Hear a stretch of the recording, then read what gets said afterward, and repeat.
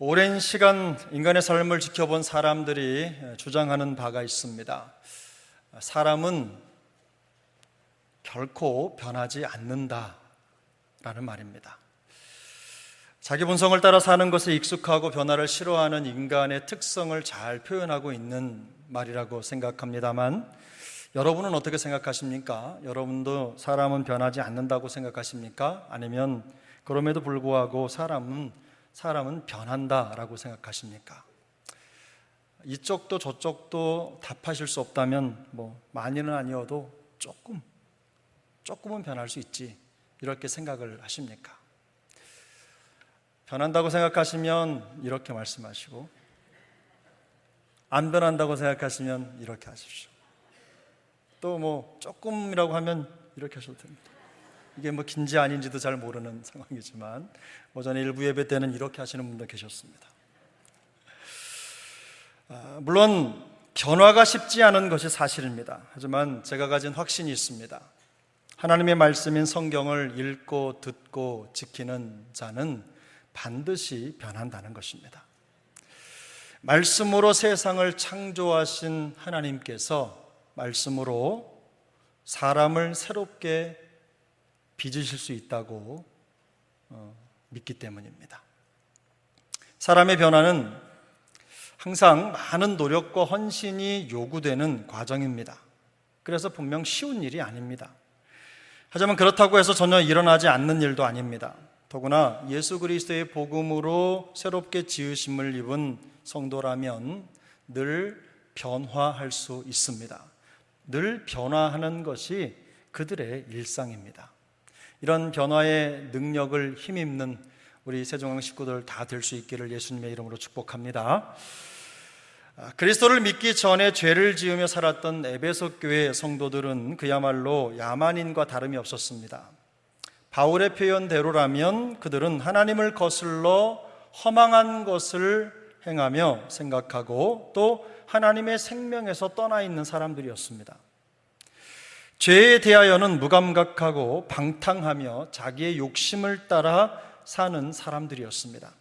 그럼에도 불구하고 하나님은 그들을 구원하시기로 작정하셨습니다. 그들을 선택하셨고 구원받은 하나님의 사람의 반열에 올려놓으신 겁니다. 하나님께서 그들을 구원하셨다는 것은 그들에게 변화의 새로운 장이 열렸다는 뜻입니다. 변화의 기회가 주어진 것입니다. 바울은 더러워진 옷을 버리고 새로운 옷을 갈아입는다라는 표현을 사용해서 새로운 사람으로 변화되었다고 말합니다. 그래서 그는 성도들에게 에베소서 4장 22절부터 24절까지 오늘 본문 바로 앞부분을 보면 너희는 유혹의 욕심을 따라 썩어져가는 구습을 따르는 옛사람을 벗어버리고 오직 너희의 심령이 새롭게 되어 하나님을 따라 의와 진리의 거룩함으로 지으심을 받은 새 사람을 입으라고 자신 있게 선포합니다. 다시 말해서 그리스도와 분리되었던 옛 생활과 연관되어 있는 모든 행위를 완전하게 벗어버리고 마치 새 옷으로 갈아입는 것처럼 새로운 행실로 갈아입으라고 말씀하고 있는 것입니다. 그리고 이제부터 바울은 옛 사람을 벗고 새 사람을 입는 것이 과연 무엇인지 구체적으로 설명하기 시작합니다.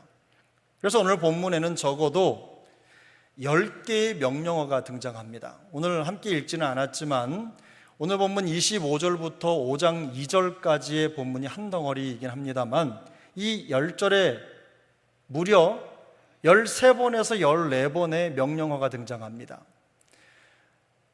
에베소서 1장 1절부터 4장 24절까지 등장하는 명령어가요, 다 합쳐도 몇 번이 안 됩니다. 학자들은 한 번이라고 얘기하는 분들도 있어요. 그런데 25절부터 5장 2절까지 무려 13번에서 4번의 명령어가 등장하는 겁니다. 명령어가 많다는 것은 성도가 되기 이전과 이후의 생활 방식이 그만큼 다르다는 뜻입니다. 그리고 성도가 새로운 변화를 만들어내기 위해서는 삶의 모든 영역을 완전히 갈아엎는 일종의 대수술이 필요하다는 것을 의미하는 것입니다. 사도 바울은 성도들이 벗어야 할 것, 그리고 새롭게 입어야 할 것들에 대해서 몇 가지 목록을 구체적으로 제시를 합니다. 우선 버려야 할 것들이 무엇인지를 지적하고 그 뒤에 그것을 대신할 수 있는 것들을 제시합니다. 그리고는 왜 그렇게 해야 되는지 그 이유도 함께 제시합니다. 바울이 제시하는 변화의 목록은 크게 5가지입니다. 첫 번째는 거짓을 버리고 참된 말을 하라는 것입니다. 한번 따라해 보겠습니다. 거짓을 버리고 참된 말을 하라. 본문 25절입니다. 그런즉 거짓을 버리고 각각 그 이웃과 더불어 참된 것을 말하라. 이는 우리가 서로 지체가 됨이라. 이 거짓이라는 말은 모든 형태의 거짓말을 포함하는 말입니다. 에베소 교회 성도들이 저질렀던 가장 대표적인 거짓은 우상숭배입니다. 우상숭배도 거짓말이죠. 노골적인 거짓말 혹은 속임수뿐만 아니라 애매하고 교묘한 표현도 거짓말입니다. 예를 들면 이쪽인지 저쪽인지 구분하기 힘들게 애매하게 말을 해서 잘못인지 아니면 옳은 것인지를 분간하지 못하게 말하는 것, 이것도 거짓말입니다. 사실을 부풀리는 말, 악이 없는 말, 그러나 악의는 없어도 다른 사람들에게 잘못된 정보를 전달하거나 또 거짓말하는 것, 이것도 여기에 해당됩니다. 순간을 모면하기 위해서 하는 거짓말도 있습니다. 아첨, 위선도 거짓의 한 부류입니다. 습관적으로 약속을 어기는 것도 거짓말입니다. 습관적으로 시간을 어기는 것도 이 거짓이라는 말에 표현되는 죄입니다. 그러면 왜 성도가 거짓을 버리고 참된 것을 말해야 합니까? 그 이유는 거짓이 그리스도의 몸을 해치는 것이기 때문입니다.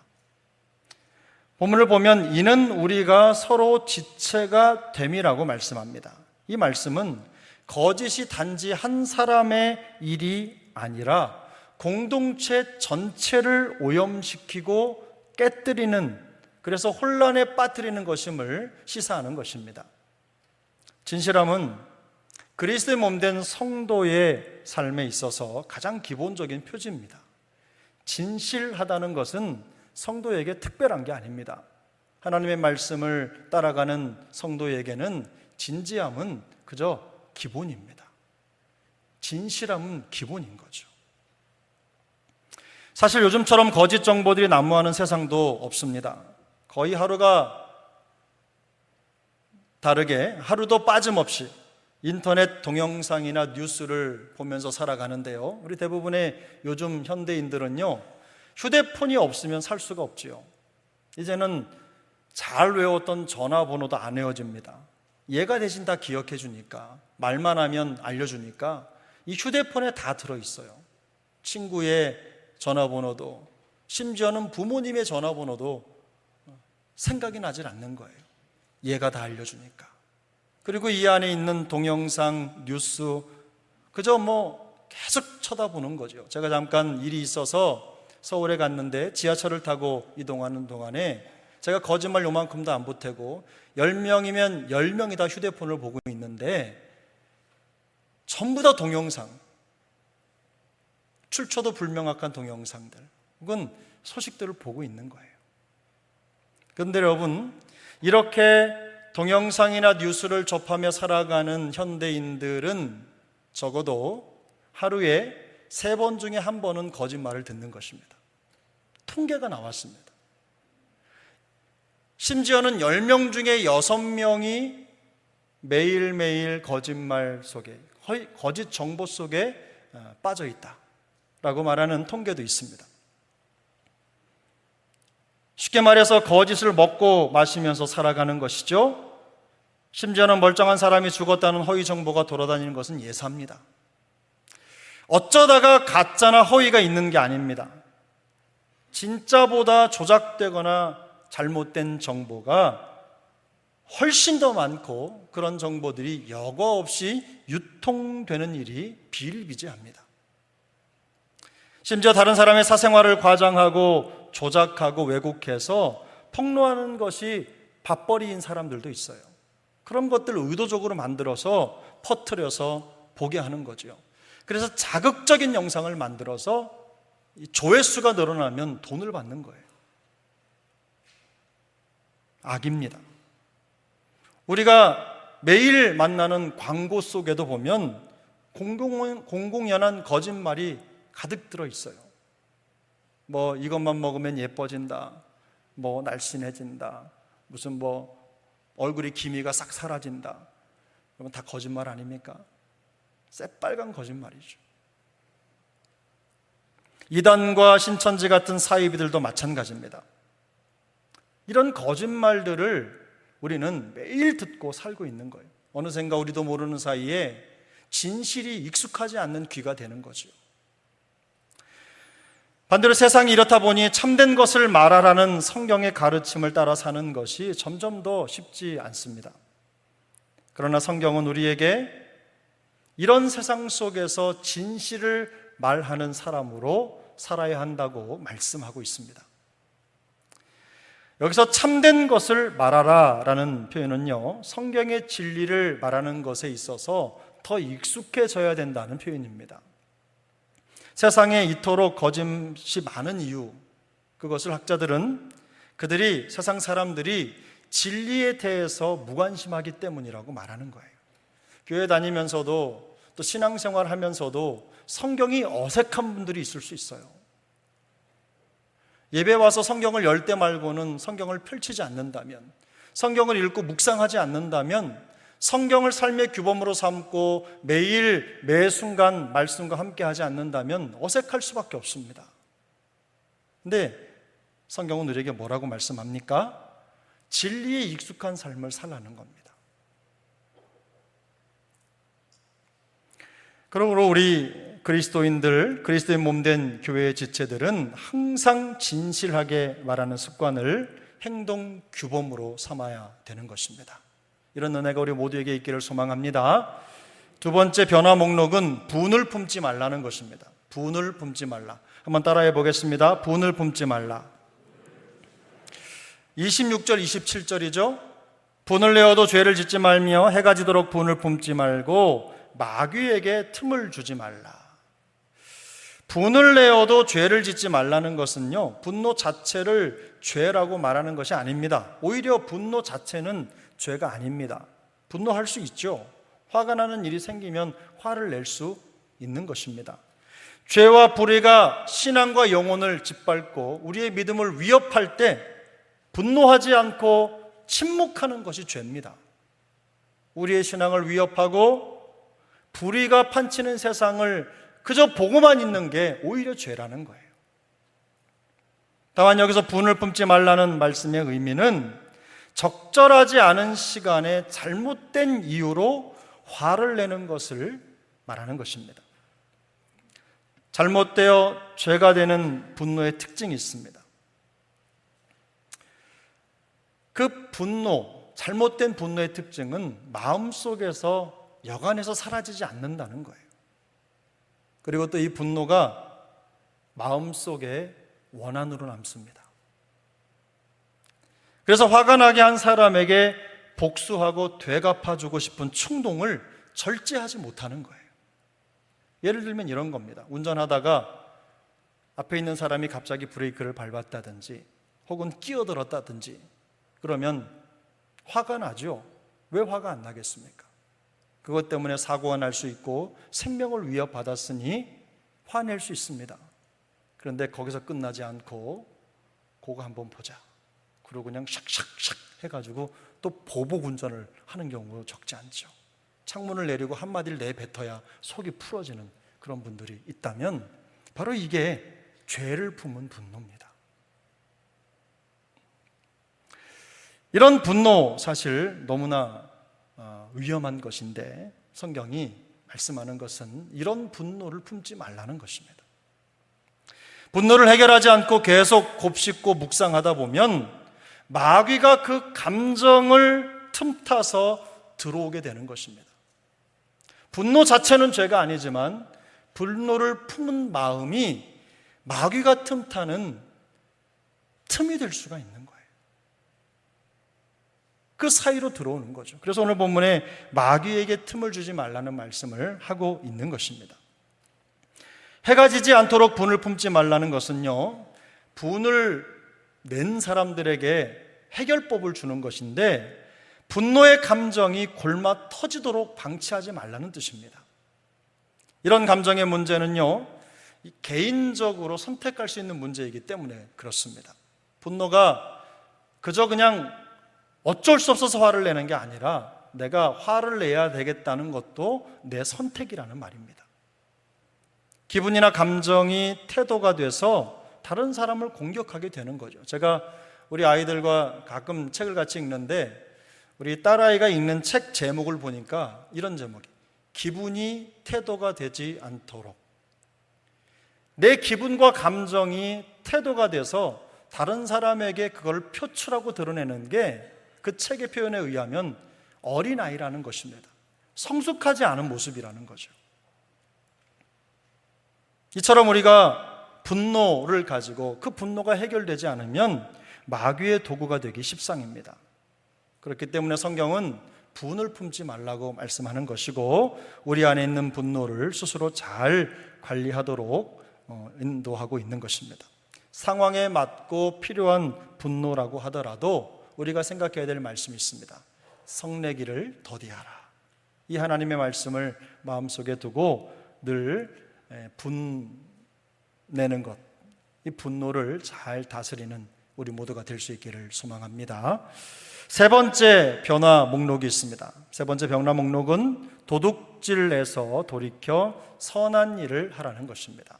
도둑질에서 돌이켜 선한 일을 하라. 한번 따라하겠습니다. 도둑질에서 돌이켜 선한 일을 하라. 네, 28절입니다. 도둑질하는 자는 다시 도둑질하지 말고 돌이켜 가난한 자에게 구제할 수 있도록 자기 손으로 수고하여 선한 일을 하라.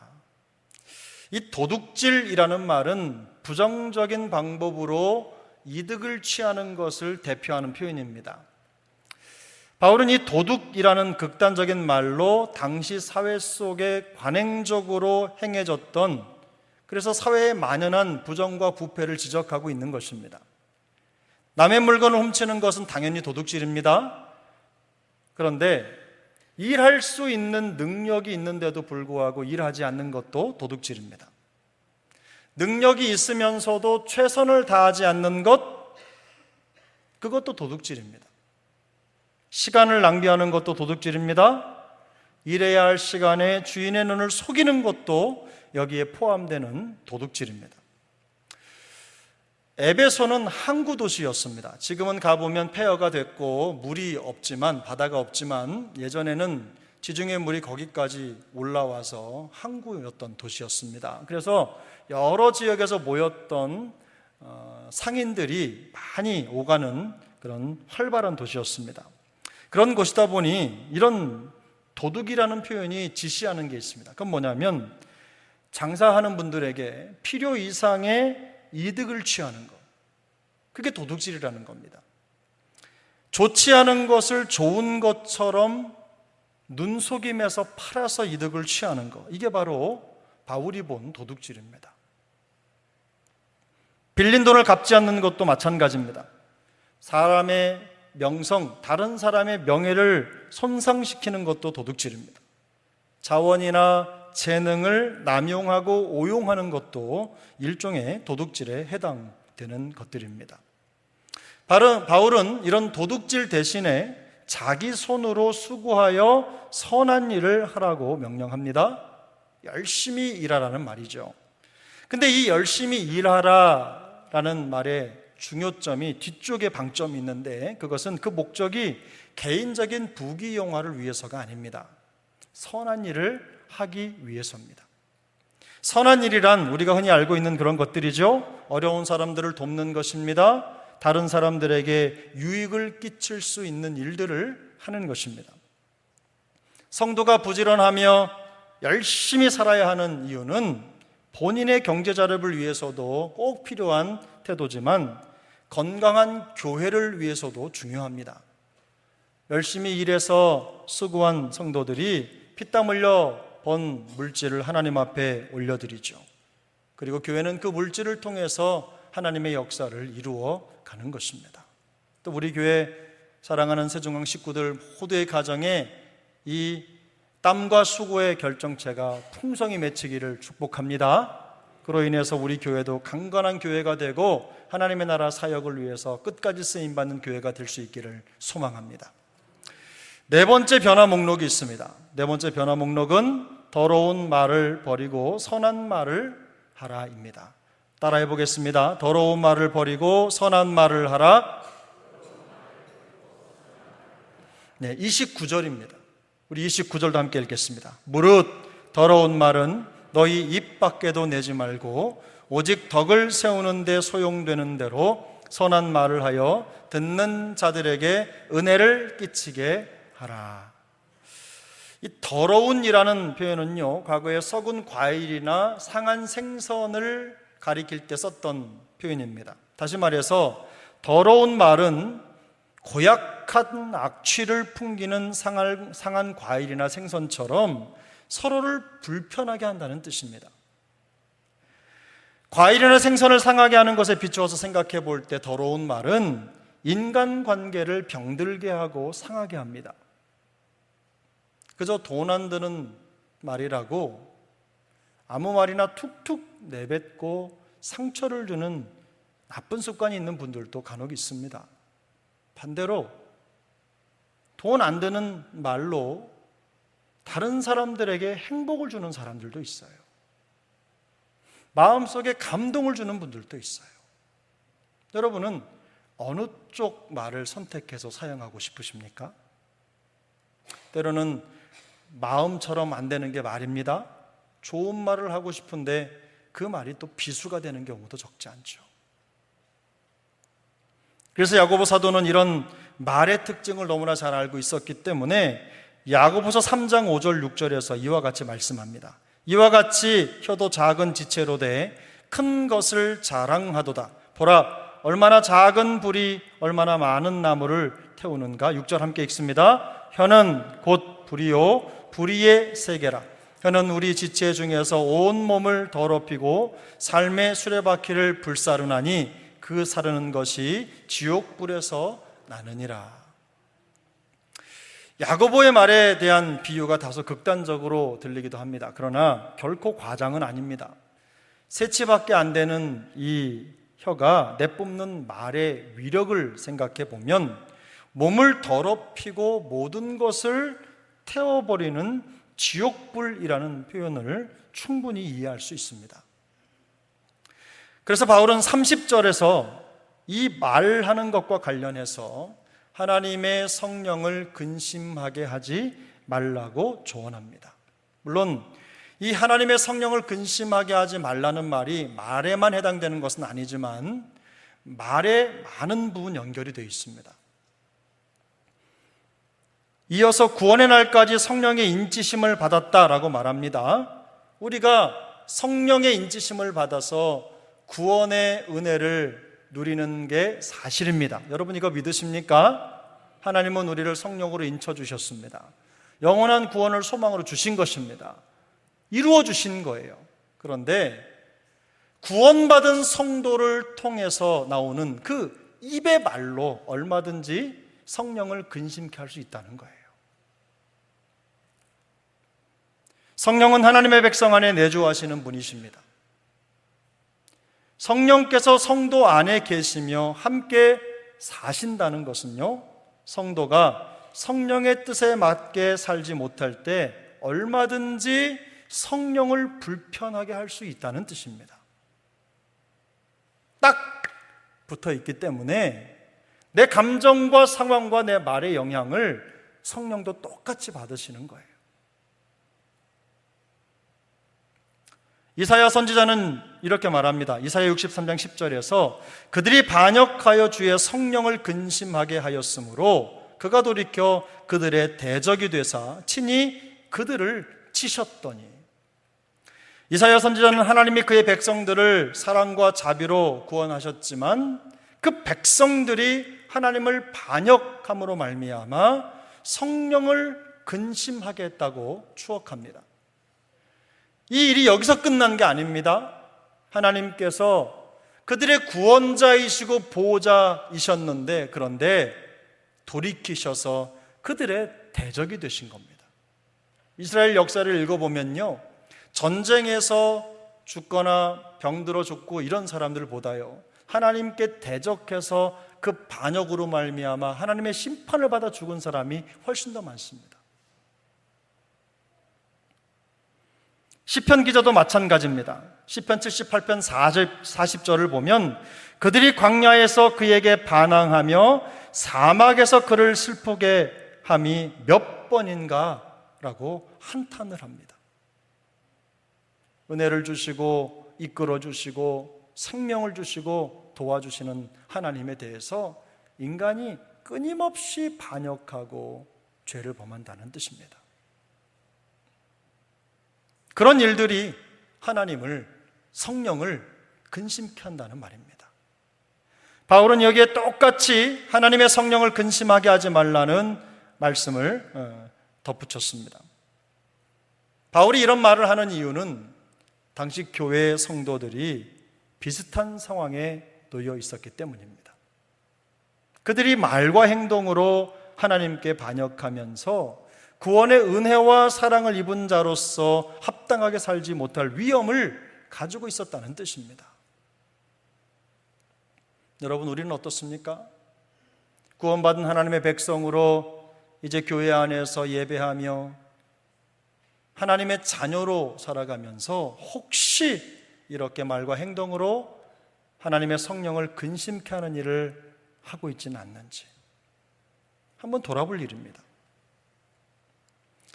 바울은 더러운 말 대신에 덕을 세우는 선한 말을 하여 은혜를 끼치라고 권면합니다. 마땅히 교회를 세우는데 사용되어야 할 성도의 말이 몸의 지체인 다른 성도의 마음을 쪼개고 상처 주는데 사용된다면 성령을 근심하게 하는 일이 된다는 말입니다. 어린 학생들이 즐겨보는 오래된 애니메이션을 잠깐 봤는데요, 스쳐 지나가도 본 거죠. 근데 거기에 그 클립을 딱 잘라서 거기에 뭐라고 주인공이 얘기를 하냐면, 좋은 말을 하지 않으려거든 아무 말도 하지 마, 이게 주인공의 대사로 등장을 하는 거예요. 좋은 말을 하지 않으려거든 아무 말도 하지 마. 만화 속에 나오는 말이지만 지당하게 성경적인 표현이라고 생각합니다. 교회 안에 있는 성도들이 덕을 세우는 선한 말을 하라라고 하는 이 단순한 진리 하나만이라도 잘 지키면 교회는 180도 달라질 것입니다. 이런저런 사역을 하고 많은 구제를 하고 선을 행하며 세상 가운데 그런 능력 있는 일을 다 감당한다고 하더라도요, 이 말 때문에 모든 게 무너지는 일이 한두 번이 아닙니다. 여러분 어떻습니까? 우리 교회 좋은 말, 덕을 끼치는 말, 이런 말 있으면 우리 교회 참 좋은 교회 되지 않겠습니까?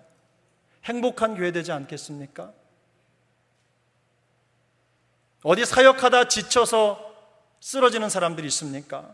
우리가 하는 말 때문에 상처받고 마음이 무너져서 넘어지는 사람들이 그냥 너무나 많다는 게 문제인 거예요. 우리 가족과 형제, 친구들이 참으로 행복한 신앙생활을 하기 원한다면 여러분, 우리가 이거 덕을 끼치는 말을 하셔야 돼요.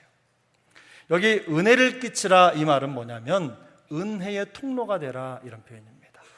우리가 말을 통해서 하나님의 놀라운 은혜의 통로로 쓰임받게 되시기를 축복합니다.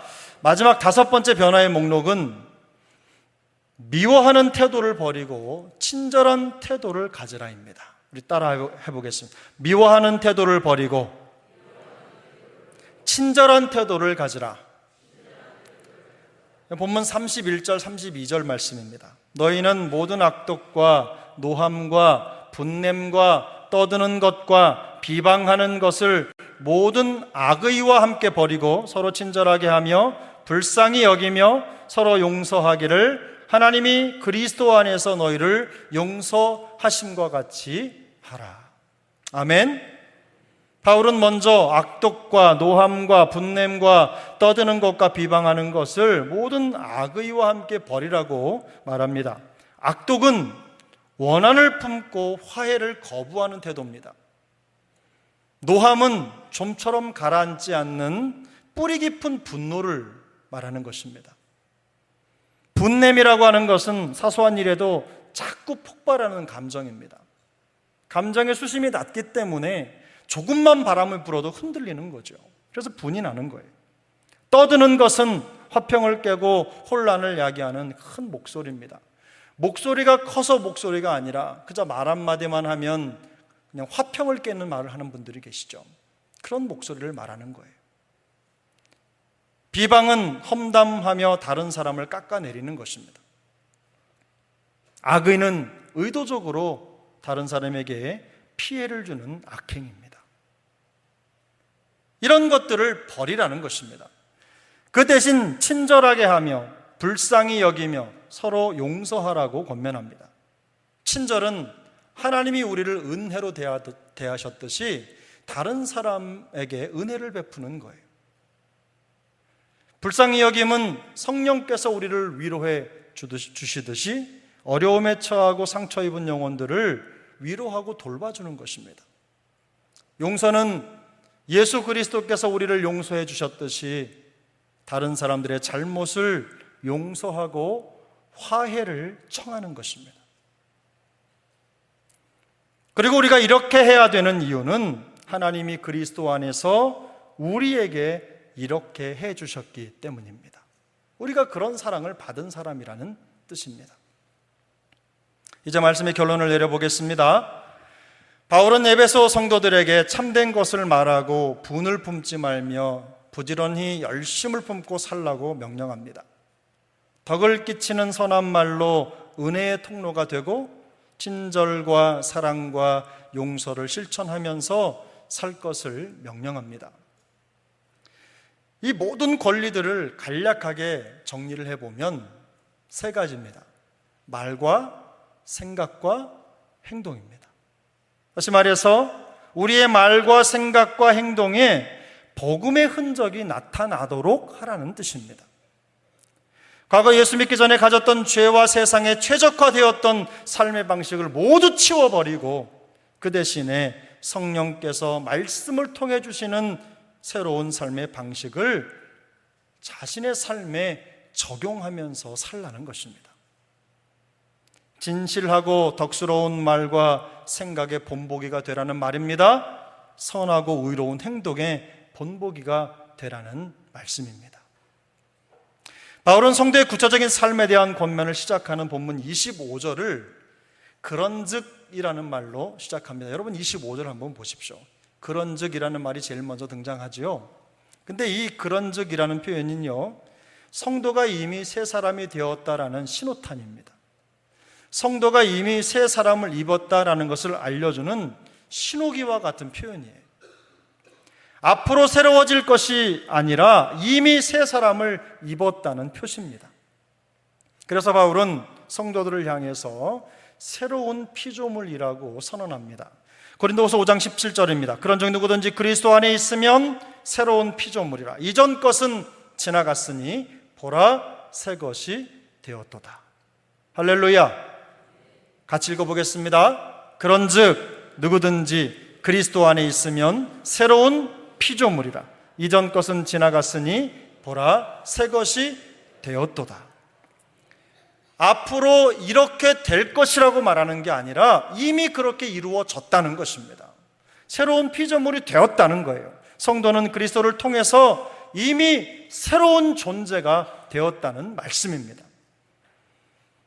이 말씀의 의미는 우리가 도덕적으로 살면, 더 도덕적으로 성결하고 바르게 살면 더 나은 그리스도인이 될 수 있다는 말이 아닙니다. 지금까지 말씀드린 여러 덕목들을 여러분의 마음속에 내가 이거 실천하면 내가 더 좋은 그리스도인이 될 수 있지, 이 생각을 갖도록 말씀하고 있는 게 아니라는 뜻이에요. 더 도덕적인 삶을 사는 것만으로는 성도의 온전함을 회복할 수 없기 때문입니다. 그러면 무엇입니까? 이미 새로워진 피조물이 되었기 때문에 그에 걸맞는 삶을 살아야 한다는 것입니다. 새로운 피조물에게 걸맞는 삶을 사는 것이 너희의 본분이라는 거예요. 지난주에 말씀드렸지만 죽은 나사로에게 둘러있던 수의, 죽은 자들이나 입는 그런 옷을 두르고 우리는 살 수가 없어요. 왜냐하면 우리는 그리스도 예수의 부활의 생명을 입은 사람들이기 때문입니다. 그래서 그에 합당한 삶을 살라고 말씀하고 있는 것입니다. 물론 우리는 때때로 실패합니다. 때때로가 아니라 사실은 실패가 일상이죠. 하나님의 말씀을 적용해 살아가는 데 있어서는 더 그렇습니다. 말씀의 궤도를 이탈하는 게 일상입니다. 그 안에 거하면서 말씀을 지키기보다 말씀을 떠난 생각, 떠난 말, 떠난 행동 때문에 우리 안에 계신 성령을 근심하게 하는 일이 한두 번이 아닙니다. 우리 안에 도사리고 있는 죄의 본성 때문에 언제든 구습으로 돌아갑니다. 그리고 악한 일과 죄를 반복하는 것입니다. 이렇게 생각하면 우리는 절망인데 성경은 우리에게 아주 중요한 말씀을 또 약속해 주셨습니다. 요한일서 1장 9절인데 만일 우리가 우리 죄를 자백하면 그는 미쁘시고 의로우사 우리 죄를 사하시며 우리를 모든 불의에서 깨끗하게 하실 것이요. 아멘. 매 주일 예배 때마다 우리가 참회 기도를 한 후에 듣는 성경 구절입니다. 저는 하루 일과를 시작할 때와 마칠 때 하루에 2번 최소한 샤워를 합니다. 샤워를 할 때 비누를 온몸에 묻히고 깨끗한 물로 씻어냅니다. 비누로 씻고 나면 뽀독뽀독하고 깨끗해졌다는 생각을 하게 돼요. 그런데 오늘 본문을 보면 우리가 죄를 자백하면 깨끗하게 해주시겠다는 이 주님의 약속은요, 우리가 죄의 본성으로 돌아갈 때마다 다시 깨닫고 죄를 고백하고 회개하면 다시 깨끗해져서 하나님의 사람의 삶을 살아갈 수 있게 된다는 뜻입니다. 다시 말하면 죄로 더럽혀진 우리가 말씀의 비누로 깨끗하게 씻길 수 있다는 말씀입니다. 이 말씀의 약속이 우리에게 주어졌다는 것은요, 우리 안에 더러운 죄의 얼룩을 더 이상 방치하지 말고 말씀으로 씻어내면서 날마다 회복을 경험하면서 살라는 뜻입니다. 어제의 죄를 오늘 반복하면서 또 죄인으로 살지 말고 어제의 모든 죄를 깨끗하게 씻어버리고 새로운 삶을 살라는 말이에요. 죄에 좌절하지 말고 다시 회복돼서 날마다 그리스도를 닮아가는 성도의 삶을, 변화의 삶을 계속 살아가라는 뜻입니다. 말이나 생각이나 행동에 언제든 나타날 수 있는 옛사람의 습관을, 구습을 완전히 벗어버리는 일을 계속하라는 것입니다. 예수님을 닮아가는 삶을 멈추지 말라는 말씀입니다. 어제까지 실패했을지라도 이 예배당에 들어오시기 전까지 마음으로, 생각으로 실패하셨을지라도 아직 늦지 않았습니다. 오늘 다시 하나님께 용서를 구하십시오. 죄를 자복하십시오. 그리고 은혜를 힘입으시기를 바랍니다. 그 은혜를 통하여 새롭게 변화를 시작하시면 됩니다. 이런 거룩한 노력과 열심으로 우리 모두가 다 새로운 변화와 회복의 본보기가 될 수 있기를 예수님의 이름으로 축복합니다. 말씀의 품격, 제가 좋아하는 말인데요, 사람은 자기 품격을 가지고 있습니다. 그런데 성도에게 있어서 제일 중요한 것은 말씀의 품격을 갖는 것입니다. 내 생각, 내 중심의 사고로 똘똘 뭉쳐서 살아가는 삶이 아니라 하나님의 말씀에 언제든 굴복하는, 하나님의 말씀 앞에 언제나 고개를 숙이고 겸손히 순종하는 그런 삶이 바로 품격이죠. 말씀의 품격. 우리 사랑하는 세종항 식구들 모두가 다 이런 말씀의 품격을 갖춘 성도의 좋은 본보기가 될 수 있기를 예수님의 이름으로 축복합니다. 기도하겠습니다. 우리 가슴에